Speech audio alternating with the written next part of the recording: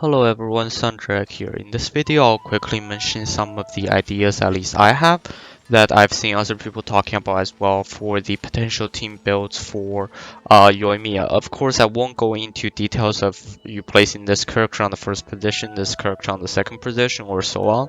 However, I'll give a few brief directions on how she can go. So for example, dual DPS or Pyro or Melt or Vaporize, stuff like that. So before we get started, if you like the content, please consider subscribing. Thank you, and let's move on. So for Yoimiya currently, at least I'll talk a little bit about how her kit works. When you're not under the effect of her E, you want to do charge shots with the three flaming bombs as well. You want to do aim shot stage 2 for her main source of damage when you're in your normal mode. However, once your E is active, you want to switch to quick attack, so you want to dish out as much damage as possible, since charge attack will no longer give you the extra 3 kindling arrows. So you do want to switch to, however, normal attack will now be pyro damage, so you do want to do as much pyro damage as possible through just quick auto attacking. Now her burst recently got a buff slash nerf if you're not aware. The energy cost used to be 20, the energy cost used to be 80 and now it's 60. The cooldown used to be 20 seconds and now it's 15 seconds. However, the rates used to be around 200 and now it's moved down to 127.2 for level 1 of course. Level 8 still has about 203.52. So this kind of makes her shift away from the potential Ganyu playstyle of just casting ult over and over again, and also because of her passives and talents like that, Yoimiya does have the tendency of wanting to switch out after using her ultimate because that does buff the rest of her teammates but not herself. So I believe this opens up the idea of if you want to maximize her usage, you can pair her with two other archers that can kind of maximize her pyro damage to the extreme. Now, of course, first there is Ganyu. So for Ganyu, it is a little more flexible because Ganyu does not have a hard switch timer. You just have to make sure both of their ultimate are up, so you can keep going ultimate spam back and forth, and on top of that, you can switch between Yoimiya and Ganyu for either Pyro Charge Shot or Cryo Charge Shot for reverse melting, and on top of that, you can swapping Yoimiya does do her 10 seconds worth of E cycle of just quick attacking, and then you swap back to Ganyu.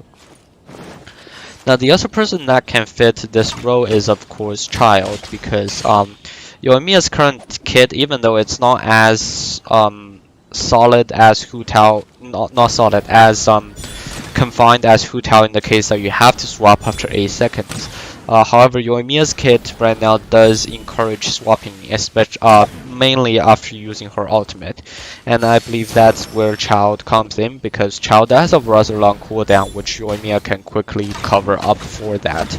And on top of that, both of them do leave a solid mark. In Childe's case, Riptide, and in Yoimiya's case, the Aureus Blaze, both of which can damage enemies off-field. Which was why the original Hu Tao Childe combo was so OP, because both of them also again can leave off-field elemental tags that does periodically damage even when the character is off-field.